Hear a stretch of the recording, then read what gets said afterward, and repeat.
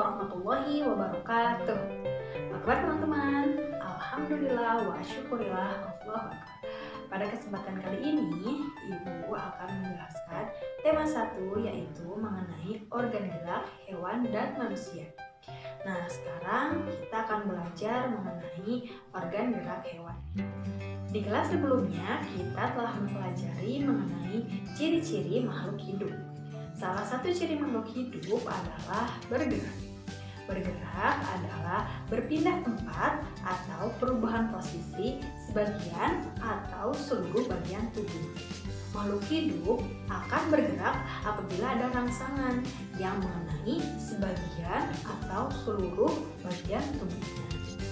Teman-teman, coba amati gerakan pada manusia dan hewan berikut ini.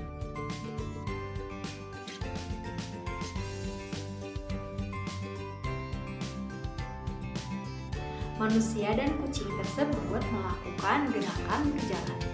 Allah Subhanahu wa Ta'ala menganugerahkan kepada manusia dan hewan berupa organ gerak supaya manusia dan hewan tersebut bisa berjalan, berenang, berlari, memanjat, melompat, dan lain sebagainya.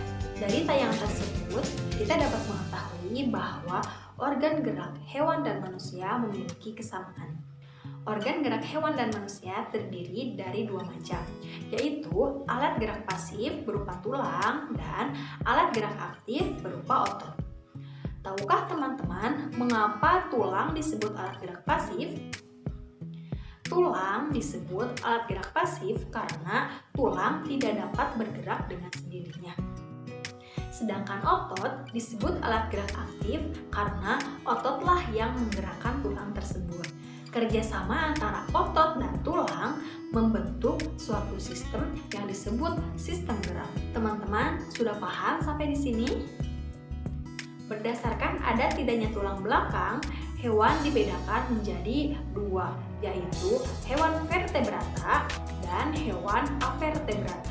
Hewan vertebrata adalah hewan yang memiliki tulang belakang. Contohnya ikan, kucing, kelinci, burung, amfibi seperti katak, reptil seperti buaya, ular, dan lain-lain.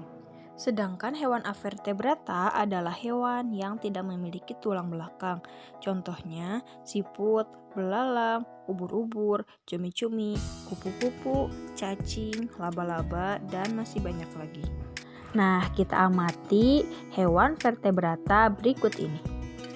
Kelinci dan kucing sama-sama memiliki 4 kaki. Namun, kelinci memiliki kaki belakang yang lebih besar dan panjang daripada kaki depannya. Hal ini menyebabkan kelinci bergerak dengan cara melompat. Kaki bagian belakang berguna untuk memberikan tumpuan ketika melompat dan berjalan cepat. Sedangkan kaki depannya yang berukuran lebih pendek berfungsi untuk memberikan tumpuan terhadap badan saat mendarat di tanah. Seperti halnya kelinci, katak pun bergerak dengan cara melompat. Ia melompat dengan bantuan tungkai belakang yang panjang dan juga otot yang kuat. Organ gerak yang dimiliki katak berbeda-beda sesuai dengan tahap perkembangannya. Pada tahap kecebong, katak memiliki ekor yang berfungsi sebagai alat geraknya. Lama-kelamaan, ekor kecebong tersebut akan memendek dan 2 kaki mulai terbentuk. Setelah 5 minggu, kecebong akan berkembang menjadi katak muda.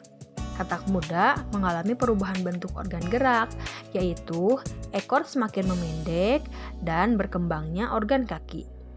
2 kaki belakang dan 2 kaki depan semakin terbentuk. Pada tahap ini, katak beradaptasi untuk hidup di daratan. Tahap perkembangan terakhir yaitu tahap katak dewasa yang memiliki organ gerak berupa kaki yang telah sempurna. Katak dewasa telah memiliki 4 kaki yang kuat. Hal tersebut membuat katak dewasa mampu melompat dengan tinggi dan cepat di atas daratan. Selanjutnya adalah hewan avertebrata. Salah satu contohnya adalah cacing tanah. Cacing tanah memiliki 2 macam otot, yaitu otot memanjang dan otot melingkar. Gerakan kedua otot itulah yang membantu pergerakan cacing tanah, bahkan hingga ia dapat menembus tanah. Bekicot atau siput merupakan hewan avertebrata yang bertubuh lunak. Tubuhnya dilindungi oleh cangkang dari bahan kapur yang sangat kuat. Cangkang bekicot tersebut terpilin berbentuk spiral. Bekicot menggunakan otot yang biasa disebut kaki perut sebagai alat geraknya. Alat gerak tersebut mengeluarkan lendir untuk memudahkan pergerakannya. Nah, itu dia teman-teman organ gerak yang dimiliki oleh hewan. Sudah paham kan? Sekarang, coba teman-teman cari hewan yang ada di sekitar kalian, kemudian cari tahu organ gerak apa yang dimiliki oleh hewan tersebut. Terima kasih. Wassalamualaikum warahmatullahi wabarakatuh.